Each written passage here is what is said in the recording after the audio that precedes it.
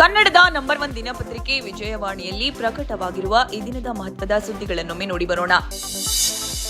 ಸರ್ಕಾರಿ ಪದವಿ ಕಾಲೇಜುಗಳಲ್ಲಿ ಕೆಲಸ ಉಳಿಸಿಕೊಳ್ಳುವ ದುರುದ್ದೇಶದಿಂದ ಬರೋಬ್ಬರಿ 249 ಅತಿಥಿ ಉಪನ್ಯಾಸಕರು ನಕಲಿ ಪಿಎಚ್ಡಿ ಪ್ರಮಾಣ ಪತ್ರ ನೀಡಿರುವ ಆಘಾತಕಾರಿ ಸಂಗತಿ ಕಾಲೇಜು ಮಟ್ಟದ ಸಮಿತಿ ಪರಿಶೀಲನೆ ವೇಳೆ ಬೆಳಕಿಗೆ ಬಂದಿದೆ.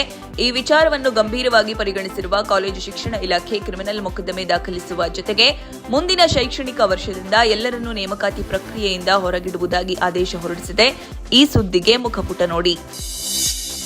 ಅತಿಥಿ ಉಪನ್ಯಾಸಕರದ್ದು ಆ ಕಥೆಯಾದ್ರೆ ಕೆಪಿಟಿಸಿಎಲ್ ಬೆಸ್ಕಾಂ ನೌಕರರದ್ದೇ ಇನ್ನೊಂದು ಕತೆ. ಕೋಲಾರ ವೃತ್ತದ ಚಿಕ್ಕಬಳ್ಳಾಪುರ ಚಿಂತಾಮಣಿ ವಿಭಾಗದ ಕೆಪಿಟಿಸಿಎಲ್ ಹಾಗೂ ಬೆಸ್ಕಾಂನ 40ಕ್ಕೂ ಅಧಿಕ ನಾಯಕರು ಜೂನಿಯರ್ ಇಂಜಿನಿಯರ್ ಹುದ್ದೆ ಬಡ್ತಿಗಾಗಿ ಕಾಲೇಜಿಗೆ ಹೋಗದೆಯೇ ಸಂಜೆ ಪಾಲಿಟೆಕ್ನಿಕ್ ಕಾಲೇಜಿನಿಂದ ಅಕ್ರಮವಾಗಿ ಡಿಪ್ಲೊಮೊ ಪಡೆದಿರುವ ವಿಚಾರ ಬಯಲಾಗಿದೆ. ಈ ವರದಿ ಕೂಡ ಇಂದಿನ ಸಂಚಿಕೆಯಲ್ಲಿದೆ.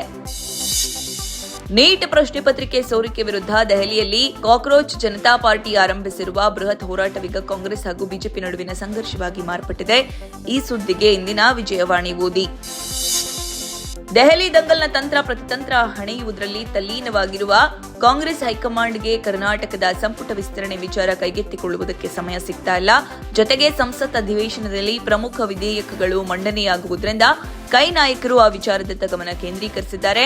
ಒಂದೊಮ್ಮೆ ಸಮಯ ದೊರೆತು ಗ್ರೀನ್ ಸಿಗ್ನಲ್ ನೀಡಿದ್ರಷ್ಟೇ ಶೀಘ್ರ ಸಂಪುಟ ವಿಸ್ತರಣೆ ಆಗಬಹುದೆಂಬ ಮಾತು ಕೇಳಿ ಬರ್ತಾ ಇದೆ. ಈ ಸುದ್ದಿಗೆ ಸಮಸ್ತ ಕರ್ನಾಟಕ ಪುಟ ನೋಡಿ. ಧರ್ಮಸ್ಥಳದ ಸೌಜನ್ಯ ಅತ್ಯಾಚಾರ ಹಾಗೂ ಕೊಲೆ ಪ್ರಕರಣದ ಮರು ತನಿಖೆಗೆ ಕೋರಿ ಸಲ್ಲಿಸಿದ್ದ ಅರ್ಜಿ ವಿಚಾರಣೆ ನಡೆಸಿದ ಸುಪ್ರೀಂ ಕೋರ್ಟ್ ಆದೇಶವನ್ನ ಕಾಯ್ದಿರಿಸಿದೆ. ಈ ಸುದ್ದಿಗೆ ಸಮಸ್ತ ಕರ್ನಾಟಕ ಪುಟ ನೋಡಿ. ಅಮೆರಿಕ ಮತ್ತು ಇರಾನ್ ನಡುವಿನ ಸಂಘರ್ಷ ತಾರಕಕ್ಕೇರಿದ್ದು ಇರಾನ್ನ ಫಿಕೇಕ್ಸ್ ಪರ್ವತದಲ್ಲಿರುವ ಅಣು ಸ್ಥಾವರವನ್ನು ಶೀಘ್ರವೇ ಸ್ಫೋಟಿಸುವುದಾಗಿ ಅಧ್ಯಕ್ಷ ಡೊನಾಲ್ಡ್ ಟ್ರಂಪ್ ಮತ್ತೊಮ್ಮೆ ಬೆದರಿಕೆ ಹಾಕಿದ್ದಾರೆ. ಹೋರ್ಮುಜ್ ಜಲಸಂಧಿ ವಿಚಾರದಲ್ಲಿ ಉಭಯ ದೇಶಗಳು ಜಟಾಪಟಿಯಲ್ಲಿ ನಿರತರಾಗಿರುವ ನಡುವೆ ನಿರ್ಮಾಣ ಹಂತದಲ್ಲಿರುವ ಅಣು ಸ್ಥಾವರದ ಮೇಲೆ ಬಾಂಬ್ ದಾಳಿ ನಡೆಸುವುದಾಗಿ ಟ್ರಂಪ್ ಹೇಳಿದ್ದಾರೆ. ಈ ಸುದ್ದಿಗೆ ದೇಶ ವಿದೇಶ ಪುಟ ನೋಡಿ. ಅಮೆರಿಕದಲ್ಲಿ ಉನ್ನತ ವ್ಯಾಸಂಗ ಮಾಡುತ್ತಿರುವ ಹಾಗೂ ಅಲ್ಲಿಗೆ ತೆರಳಲು ಬಯಸುತ್ತಿರುವ ಭಾರತೀಯರ ಸಹಿತ ವಿದೇಶಿ ವಿದ್ಯಾರ್ಥಿಗಳಿಗೆ ಆತಂಕ ತರುವ ರೀತಿ ಡೊನಾಲ್ಡ್ ಟ್ರಂಪ್ ಆಡಳಿತ ವೀಸಾ ನೀತಿ ಬದಲಾಯಿಸಿದೆ. ಈ ಸುದ್ದಿಗೆ ದೇಶ ವಿದೇಶ ಪುಟ ನೋಡಿ.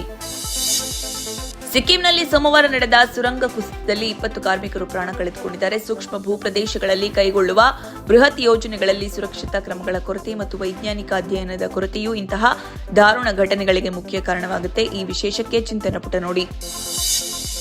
ಭಾರತ ಮತ್ತು ಅಮೆರಿಕ ನಡುವಿನ ವ್ಯಾಪಾರ ಒಪ್ಪಂದದ ಮಾತುಕತೆಗಳು ಬಹುತೇಕ ಪೂರ್ಣಗೊಂಡಿದ್ದು ಒಪ್ಪಂದವನ್ನು ಅಂತಿಮಗೊಳಿಸುವ ಕುರಿತು ವಿದೇಶಾಂಗ ಸಚಿವ ಎಸ್ ಜೈಶಂಕರ್ ಮತ್ತು ಅಮೆರಿಕದ ವಿದೇಶಾಂಗ ಕಾರ್ಯದರ್ಶಿ ಮಾರ್ಕೊ ರುಬಿಯೋ ಚರ್ಚಿಸಿದ್ದಾರೆ. ಈ ಸುದ್ದಿಗೆ ಮನಿ ಮಾತು ನೋಡಿ.